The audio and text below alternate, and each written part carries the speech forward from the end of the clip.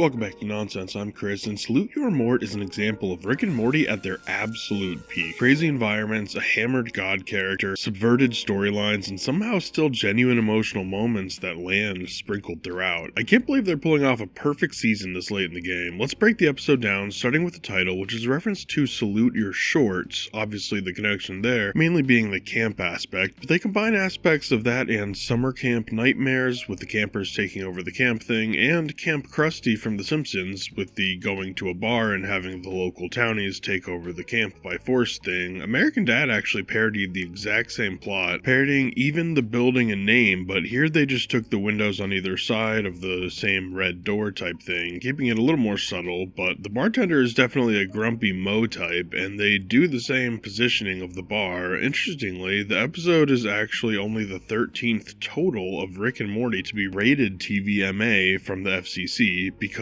of all the alien weed smoking, I guess? Not the incest baby one though, that one's fine. The episode opens in the principal's office, which is surprisingly low detail, with a nondescript board, shelf contents, and trash. Usually the animators include at least one joke in the background somewhere. Maybe this crack means something though, but it turns out Morty and Summer have been causing havoc at school with a bunch of sci-fi stuff, starting with this alien dip type stuff that seems to grant experiential memory, making the kids just spend all day pleasuring themselves to their own memories. There's a pretty quick setup here. Yes, more canola oil. That pays off like 30 seconds later here. Do we have any canola oil? They start a short-lived Naruto reference by having the principal say, Morty replacing himself with ninja clones, which is I think just a fractured reference to the world of Naruto's substitution jutsu, which we see him employ a little later on. Technically you can use substitution jutsu on your own shadow clone, but I don't think that's what they meant, especially since they show him using normal substitution jutsu, which in the show is often used with a log just like they do here, but not usually one that's flipping you off. It also reminds me a little bit of this. Chris?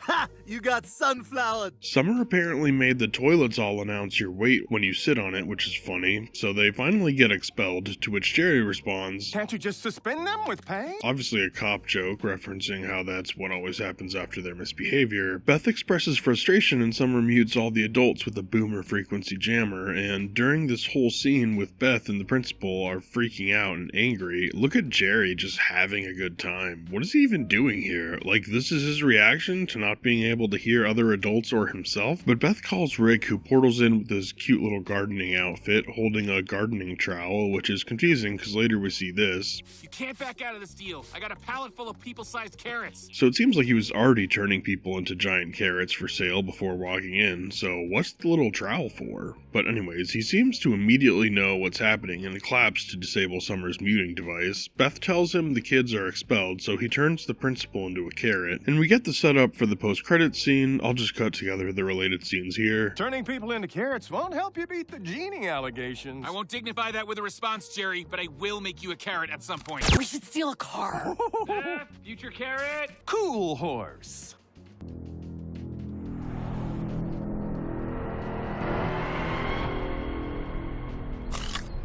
Just do it already! He then turns him back, making him immediately agree to unexpel the kids and give them all A's. Not the first time he's used this tactic to get what he wants from a member of the school staff. I've got so many issues. The animators clearly also have Jerry imagining what it feels like to be a carrot, while Summer and Morty seem weirdly happy that Rick tortured the principal. Beth is mad, but Morty says, He's being a lazy piece of shit. and it's funny that Rick gets mad and goes for him, because literally last episode, Are you saying you're a piece of shit? Yeah. we see Morty literally do the jutsu hand signs with that signature evil Morty stare, and in a puff of smoke he swaps with a middle fingering log, so Rick says he'll send them to a behavior camp for spoiled kids as he summons Morty back like Thor's hammer. The question here being whether he just pulled him from where he was or initiated a portal to teleport Morty super high up but directly above him. Cut to Rick and the kids in the ship, Morty kicking the back of his seat while Summer complains that they're being punished for being better than other students. Rick says they're not better and they're only cool because of him, using this analogy. You two are remora. spoiled to know you're mooching off a shark. Which, not fair to remora, which do latch on to larger sea creatures, but not in a parasitic way. They're not latching on with their mouths. In fact, there's an argument they benefit the larger creature by eating actual parasites. Plus, honestly, Summer is right. You can't drag two teenagers across space in the multiverse and expect them to act normal in school afterwards. Use whatever analogy you want, that's just not ever gonna happen. But anyways, the kids roast his bald spot while he rolls up a window divider like in a cab or a limo, so they prank call him, revealing he wants the cover of Lab Coat magazine, which is pretty funny. As revenge, he activates a device that painfully pulls out all of their devices. I checked them all, no Easter eggs. The stomach one on Summer does not look like the alcohol stomach Rick gave her, but it probably is supposed to be. But they both have arm, leg, head, and chest implants, and you'd think this would come into play at all in the episode, but it really doesn't. They make no effort to show the specific effects of the kids not having their implants. So Rick heals their wounds, then puts them in a pill and launches them down into the camp for spoiled kids, Camp Suregale, very much like the Jetsons. I don't think this is a pun. None of the properties they're parroting have a camp name close to this, and I couldn't find anything in research, but let me know if you recognize it from something. The pod has this techno-dissolving effect, which I really like, and our two main campers come stomping out. And now's a good time to point out that all four of the guest stars this week are in Wet Hot American Summer, which prominently features a camp-related story as well. Starting with Joe Trulio of Brooklyn Nine-Nine fame, voicing this lizard guy, and Ken Martin of The State and Children's Hospital and lots of other that guy roles you'll vaguely recognize him from, voicing the, I don't know, maybe wombat? Guinea pig? Not sure. But they both have army hats of some sort on and colored sunglasses and act like strict camp counselors, dragging the kids into the camp. In the background, we can see vague signage like welcome campers and activity sign up,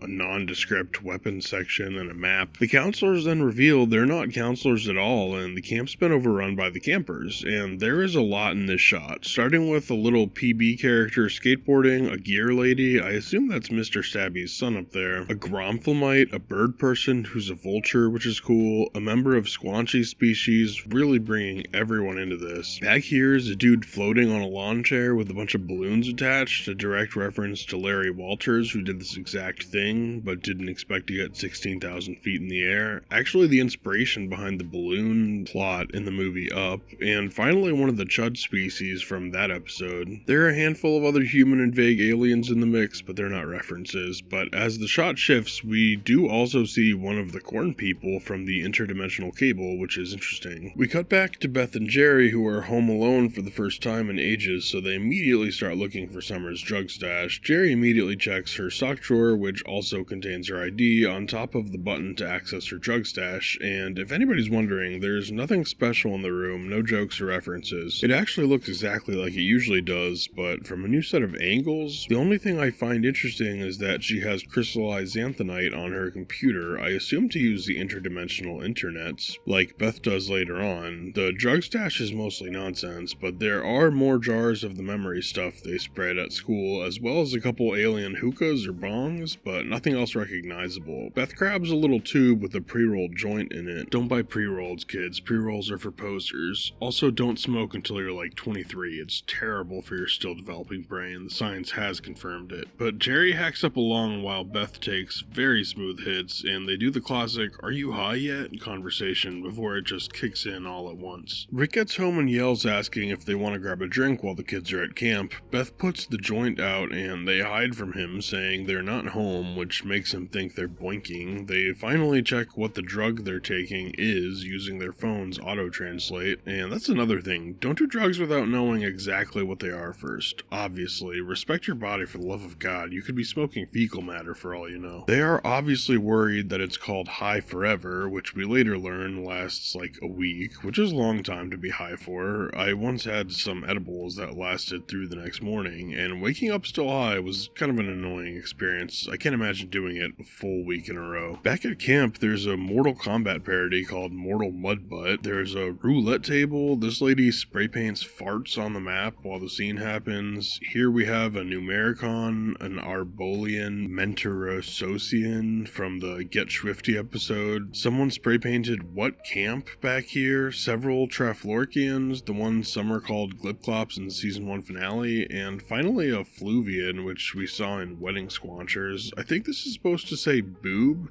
and here it says camp sucks. This guy's playing Frog Her, a Frogger parody. Morty and Summer ask about the camp counselors, and we learn they killed them all. No hidden jokes or details in this shot, just some horrific implications. And for anyone who was kind of thinking, oh, I bet the kids taking over the camp is part of the camp and how they learn a lesson, this is the point where it should be clear that that's definitely not the case. I do want to know who this A+M are for. There's a butts graffiti here, and the campers take the kids on a tour where we see an Alpha Beatrian, a gear girl making out with a Gromflemite, one of these guys whose planet got destroyed in a Rick Convenient Mort. There's a sign for a glory hole back here, another boobs graffiti, and I believe the last alien species we know, which is one of the guys who cheer Rick on when he plays Roy. In the cafeteria there are a lot of tags: eat the poor, yum, LMAO, no money, D's nuts, T+V, scat, you die, I do your dad, YOLO,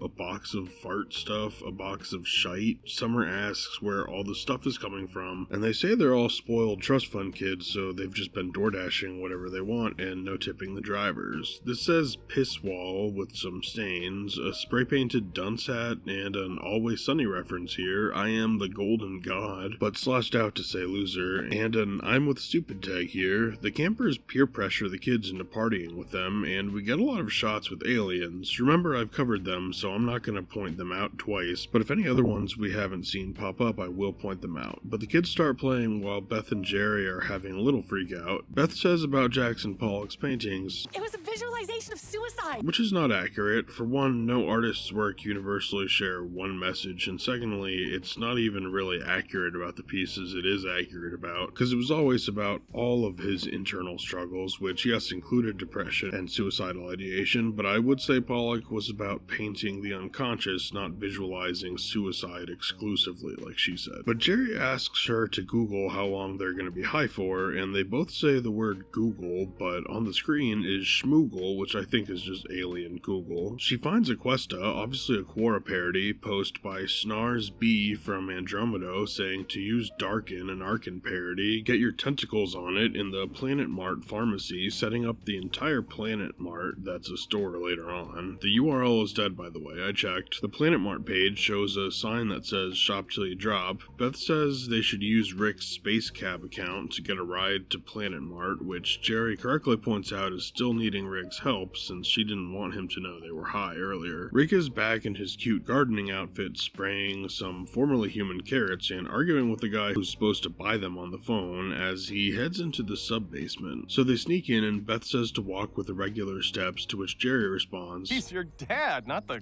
god of Arrakis. obviously a Dune reference, which I now feel I can't specify so I don't spoil the upcoming movie, but it's referencing the worms basically, which they have to walk regularly to avoid attracting. Beth uses the alien cab faring machine and enters Plaxis 4. They get Czar's Dinars, who has 4.5 stars. They get sucked in as he transforms his interior into a limo that apparently looks like the one Beth and Jerry took to prom. We've got some Stanley pretzels down here, and Jerry has a panic attack while Beth tries to calm him down. And I have seen this type of relationship a million times where they get high together or do shrooms or get drunk or something, and one of them is having an awful time basically because the other enjoys doing it while they just don't. And I do feel like that's what's being depicted here, and to me the lesson is don't pressure your partners or friends into doing something they're not comfortable with. It is perfectly okay for one of you to be sober if that's what they prefer, just like it's okay for you to relax with a drink or a bowl or whatever. Jerry is grateful Beth calmed him down though, so he tries to stick his head through the non-existent moon roof to scream that he loves Beth. It causes the guy to crash, but thankfully they were already at Planet Mart. On their way down, we see a generic sign for the Planet Mart, but down here a sign for 20-ply toilet paper, a comfy couch sign, one of those giant Blade Runner style holographic women, an earth shop,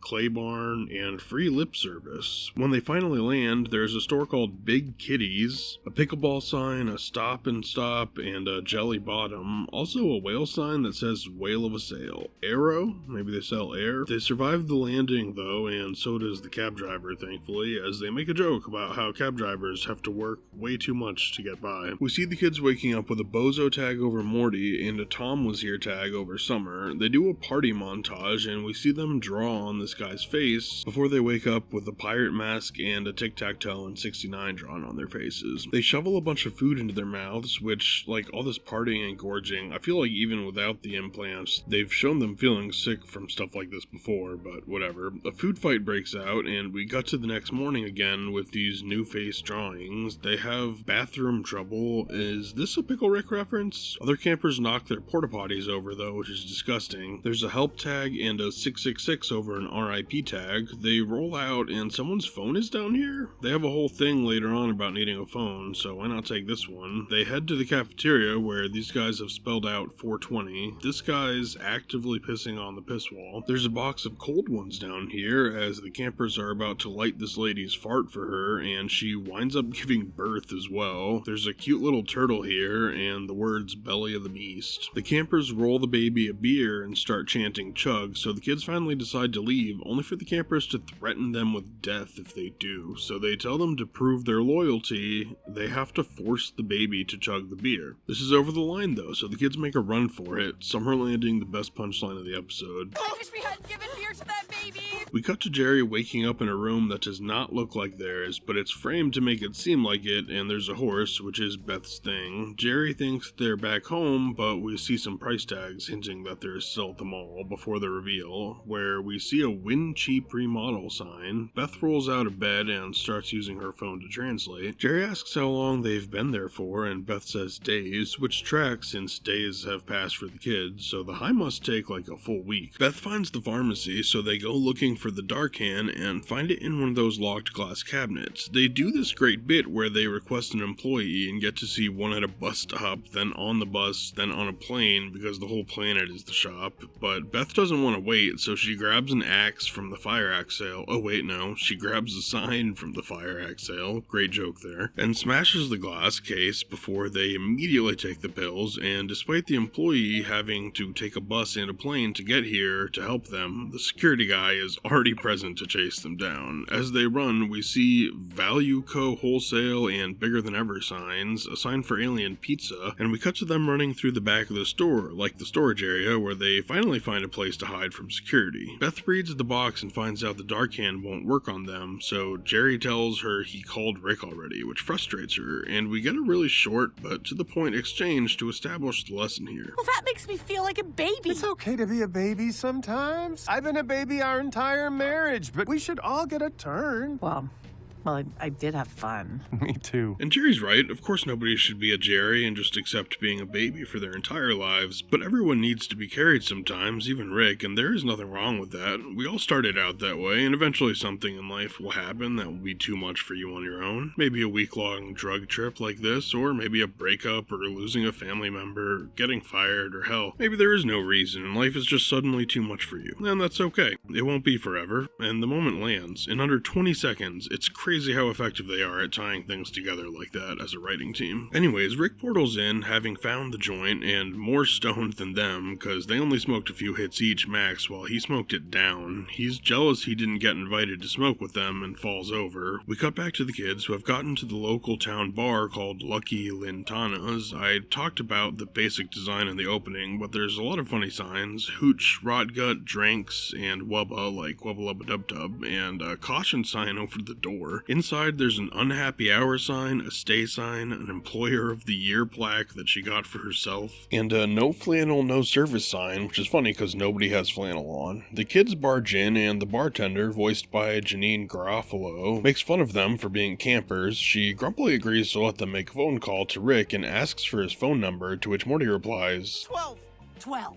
which is a hilarious reveal for his phone number, but it works, and Rick, still stoned out of his mind, hangs up on them after they blab about all the rich kids alone up at the camp, giving the bartender the idea to take the townies up there and hold the rich kids hostage. We cut back to the adults who are shopping next to a gear dude in the frozen section. They're wondering if the call from the kids was real and if they need to go save them. Beth says, We need to save leave the kids in a way where they think we're not fuck-ups they can just blow off. Okay. Which is just such a terrible perspective for a parent to take, but is also very accurate to most parents. Instead of feeling like you need a high ground of some sort on your kids, you should just ground yourself to them, let them know you still feel like a kid messing up too, and that it's okay to feel that way. But whatever. Jerry helps the smiling Rick into the shopping cart. Again, remember, he smoked the whole joint. Beth and Jerry shared a few hits. Rick pulls out the portal gun and shoots a portal that he says is to the kids. But when they go through it, they make it clear it's just a portal to here, even though they all start acting like maybe they're different people now, which the conspiracy theorists online are going to go crazy with, I'm sure. But it's just a gag, people. We cut back to the kids being held in a storage container for ransom. The Numericons and Alphabetrians are taped to the walls. The townies go to call the parents, and Rick portals them into the storage container. But they are too stoned and are no actual help. Rick says he left his portal gun at the mall, and Summer realizes they smoked her High Forever joint. Rick pulls out the roach and a Zippo finger to finish it, and he claims he gave it to her, setting this up for later. Or did they take that stuff I gave you for a rainy day? Summer says, This is why we've been acting out, because we have absolute psychos as role models. You guys are bad parents. which yeah, hits it on the head. I mean, we've watched Beth and Jerry be terrible parents for 9 seasons. Like, it's a really dysfunctional family, not that it justifies the kids' behavior, but generally speaking, the best way to improve their behavior would be to remove the insane environment and toxicity that exists in the home. You want normal kids? Give them a normal life. Beth sweetly comforts Jerry as Summer gives the campers a motivational speech to take the camp back from the townies. Morty supports her, which brings a smile to Beth's face. Rick kicks his way out of the storage container, and Morty pushes him into a fight, and the townies attack, but obviously get shredded by him, even stoned. After melting this guy and nanobot breathing this guy, he uses these arm blades to slice everyone up before spitting acid on the remainder. The campers join the murder spree, just going through all the environmental shots we've already gotten and killing the townies. Meanwhile, the bartender is learning that the rich parents don't care about their kids before they get attacked. Everyone dying but the bartender lady, which is somehow a line, I guess. Morty and Summer ride the porta potty up to her while she holds Beth and Jerry hostage. Morty uses a throwing axe to disarm her. She surrenders, but the campers want to kill her, and after killing all the other townies, I don't understand why stopping at the puppet master of the other townies is a moral decision at all, but whatever. It's like killing all the goons, but not the boss. Rick literally explodes onto the scene and walks into the water, Summer saying it might sober him up. We cut to later on when emergency services are there and see the PB family picking up their daughter. The lizard guy was the son of a king, this was Mr. Stabby's kid, and this guy's dad was a mob boss, I think? Either way, he introduces the fart baby. Rich corn guy picking up his corn kid, as well as Rich Cromflumite and whatever this species was. Later on, Space Beth says this is Bill Pullman and his kid. She shows up in Rick's ship to pick them up, but now Beth is kicking Space Beth's seat on the way home. Morty tries to frame it all as a positive experience, and Jerry tells him to shut up. Great parenting. And Rick says he wants Del Taco, cause when you're stoned, every TV show thinks you want tacos. You know what I want when I'm stoned? Homemade spaghetti and meatballs. Morty asks how long they'll be high for, and Beth yells forever, but Summer says only a few more days before Beth and Jerry start screaming at Space Beth for not hooking up with them anymore, answering that question. During the cutscene, which I already covered the setup for and showed, we can also see a hungry for apples and a blowing brain sign, and obviously this is a Bugs Bunny reference. And that's all I've got for this episode. A wild ride to be sure, another banger though with strong early ratings. I cannot wait to see what they do with the finale, so please subscribe if you don't want to miss it. If you noticed anything I missed or got anything wrong, please leave it in the comments. Thank you so much for watching, and I'll see you in the next video.